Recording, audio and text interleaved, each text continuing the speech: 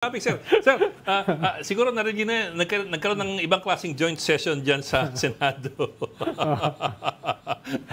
Ibang klaseng session. Ibang joint. Narinig ko rin yun eh. Nabalitaan niyo ba yun?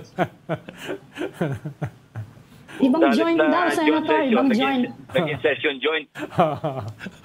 Oh, wala kayong nabalitaang ibang detalye. Nakikichismis lang po si Ed. Ano eh. Alam mo, hindi maganda talaga. Isipin mo, Senado yun eh. Tapos mga amoy parang Amsterdam.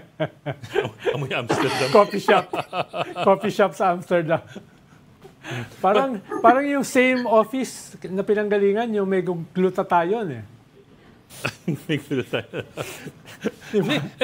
Diretso natin. Kasi I understand Senator Robin Padilla has already ordered an investigation into a member of his staff. So mukhang dun umiikot ngayon ang investigasyon dun sa opisina ni Senator Robin Padilla. But I also understand, sir, that it's not the first time that the person involved was implicated in something like this eh.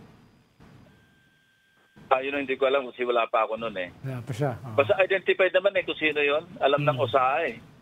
Alam ng mga gwardiya doon sa Senate kasi sila nakakita eh. Siguro pag ikatlong beses na. Kalawa pa lang eh.